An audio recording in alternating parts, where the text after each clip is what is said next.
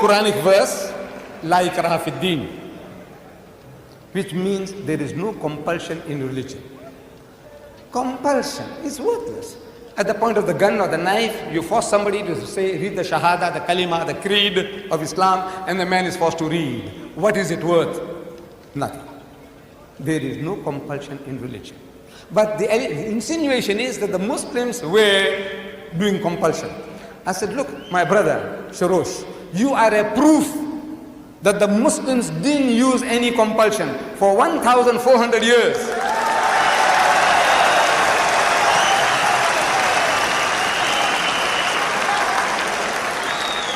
For 1,400 years, you and your other Christians, whom you now say number 14 million, they lived in our midst. In Egypt, the Muslims have been the overlord of that country for 1,400 years. For a few years, the French came, for a few years, the British came, but overall for 1,400 years, the Muslim has been ruling that land. And yet,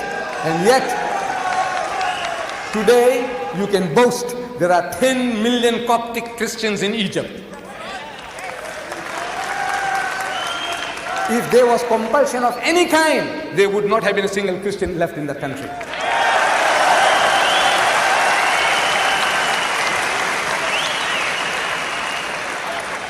The Muslims ruled Spain for 800 years. 800 years. Because we failed to deliver the message, we were kicked out. We were kicked out. Shame on us.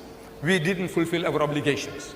But if they had used any type of force, even economic force, for 800 years, there would not have been a single Christian left in that country.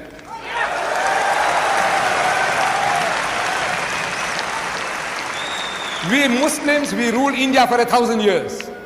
But after 1,000 years of Muslim rule, eventually when partition takes place, the Muslim gets 1/4, the Hindu gets 3/4. Why? Because we didn't do the job. We didn't use any compulsion.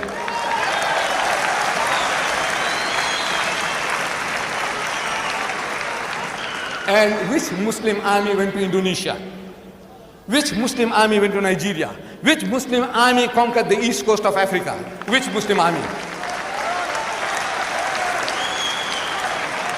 Today, the Britisher and the American, he's coming towards Islam. I want to know what sword? What sword?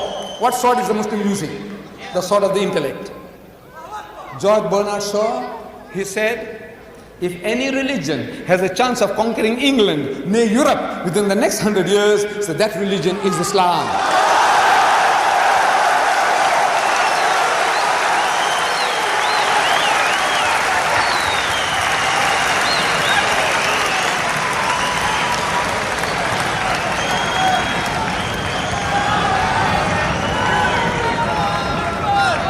Look, Bernard Shaw had the foresight, he could see. But we Muslims, we have failed Islam. Wallah, we have failed. We have failed. We haven't made a start yet. We believe. We say we believe, but we have not made a start yet. This is our problem. The destiny is ours. Wallah, it is ours. Allah says, لِيُزْهِرَهُ عَلَى الدِّينِ كُلِّهِ. He has given you a deen, a way of life that is to master, overcome and supersede them all, bulldoze them all, whether it be Hinduism, Buddhism, Christianism, Communism, Judaism, every ism.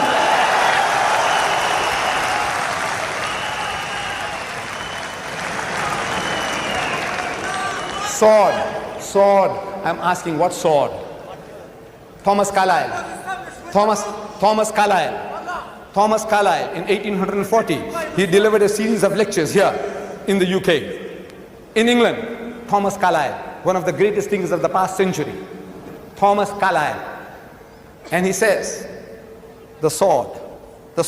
He said, the sword indeed. But where will you get your sword?